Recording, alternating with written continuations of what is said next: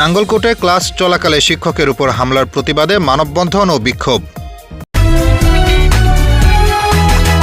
দেশ বাংলা নিউজ 24, সময়ের সাথে তারুণ্যের পথে। কুমিল্লার নাঙ্গলকোটের ঢালুয়া বহুমুখী উচ্চ বিদ্যালয়ে ক্লাস চলাকালে প্রবীণ ইংরেজি শিক্ষক দিদারুল আলমের উপর হামলার প্রতিবাদে বৃহস্পতিবার দুপুর 1টার দিকে শিক্ষক ও শিক্ষার্থীরা স্কুল প্রাঙ্গণে মানববন্ধন করে।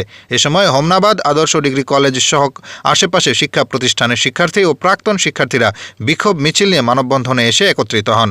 মানববন্ধনে শিক্ষক শিক্ষার্থীরা স্কুল শিক্ষক দিদারুল আলমের উপর হামলার নেতৃত্বে থাকা স্কুল পরিচালনা কমিটির সদস্য আবু বকর সিদ্দিক মিয়া ও পিয়ার আলম সহ জড়িতদের দৃষ্টান্তমূলক বিচারের দাবি জানান। একই দিন বিকেলে হামলায় জড়িতদের বিচারের দাবিতে শিক্ষক শিক্ষার্থীরা নাঙ্গলকোট উপজেলা নির্বাহী কর্মকর্তা সুরাইয়া আক্তার লাকির কার্যালয়ে উপস্থিত হয়ে মৌখিকভাবে নির্বাহী কর্মকর্তাকে বিষয়টি অবহিত করেন। এর আগে বুধবার সকালে 10:30টার দিকে শ্রেণীকক্ষে প্রবেশ করে অভিযুক্তরা শিক্ষক দিদারুল আলমকে মারধর করে আহত করে। মানববন্ধনে বক্তব্য রাখেন ঢালুয়া বহুমুখী উচ্চ বিদ্যালয়ের সহকারী প্রধান শিক্ষক ওয়ালিউল্লাহ, সিনিয়র সহকারী শিক্ষক মাহবুবুর রহমান মজুমদার, মাসুদুর রহমান, স্কুল শিক্ষার্থী আরাফাত হোসেন অপু, প্রাক্তন শিক্ষার্থী তারেক ওবায়দ উল্লাহ সিফাত, হাসান মাহমুদ রুবেল, হোসনাবাদ আদর্শ ডিগ্রি কলেজ শিক্ষার্থী রাশেদুজ্জামান, ফাতেমা আক্তার প্রমুখ। ম্যাগাজিন কমিটি আমাদের শিক্ষককে স্যার ধাক্কা দিয়েছে। স্যার ধাক্কার সাথে সাথে স্যার পড়ে গেছে। স্যার পড়ে যাওয়ার পরে স্যার আমাদের ক্লাসে কাঁদছে। স্যার কাঁদতে কাঁদতে বলে, স্যার এটা আমাদের ছাত্র, এটা ছাত্র।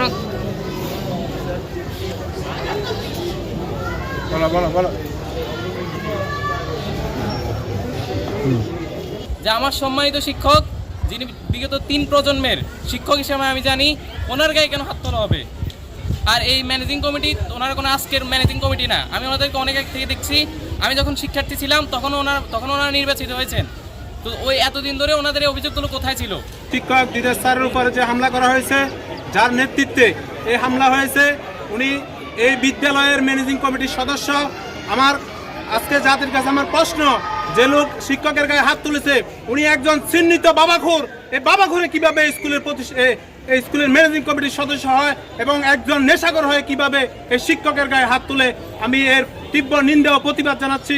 আজকের এই ছাত্র সমাজ, এই যে যারা অযোগ্য ম্যানেজিং কমিটি, তাদের পদত্যাগ চাচ্ছি।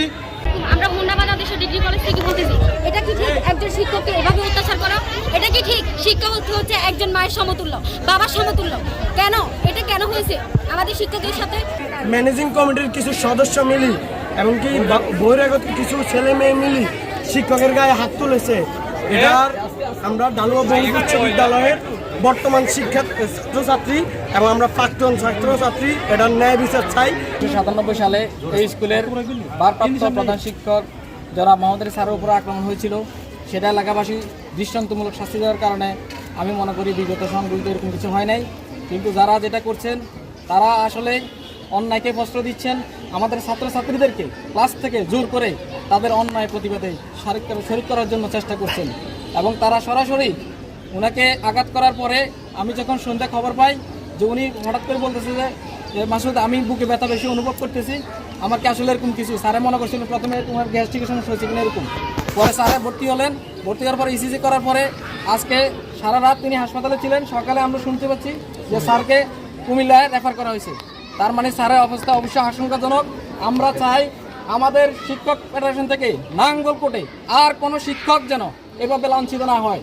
আমরা মনে করি একজন দিদার স্যার নয়, এখানে নাঙ্গলকোটে শিক্ষক সমাজের উপরে গায়ে হাত তোলা হয়েছে। আমরা এটা সামাজিকভাবে আপনাদের কাছে, সাংবাদিক ভাইদের কাছে আমার একমাত্র অনুরোধ, আপনারা রাষ্ট্রীয়ভাবে, প্রশাসনভাবে এবং আমাদের শিক্ষা ব্যবস্থা সকলে মিলে এটা তীব্র প্রতিবাদ, নিন্দা জানাই এবং দৃষ্টান্তমূলক শাস্তি কামনা করি। আমাদের আলম স্যারের হাতে গড়া এই প্রতিষ্ঠান 1962 থেকে 42 বছর পর্যন্ত তিনি এখানে সুনামের সাথে শিক্ষকতা করেছেন এবং এই প্রতিষ্ঠানে অনেক ছাত্র যারা শিক্ষাবিদ, আইনজীবী, ব্যারিস্টার এবং পুলিশের বিভিন্ন পদস্থ এবং এই ডাক্তার, ইঞ্জিনিয়ার এবং বিসিএস অফিসার অনেক কিছু হয়েছে। কিন্তু একটা কুচক্রী মহল এই স্কুলের সুনামকে বিনষ্ট করার জন্য ওনারা উঠে পড়ে লেগেছে। এই জন্য গতকালকের এই পরিস্থিতি দাঁড়াচ্ছে। আমরা গতকালকে আমাদের একজন শিক্ষক লাঞ্ছিত হয়েছে, অপমানিত হয়েছেন এবং শারীরিকভাবে তিনি লাঞ্ছিত হয়েছেন। এই জন্য শ্রেণীকক্ষের ভিতরে গিয়ে ওনাকে আক্রমণ করা হয়েছে। এই জন্য আমরা তার একেবারে দৃষ্টান্তমূলক শাস্তি চাই।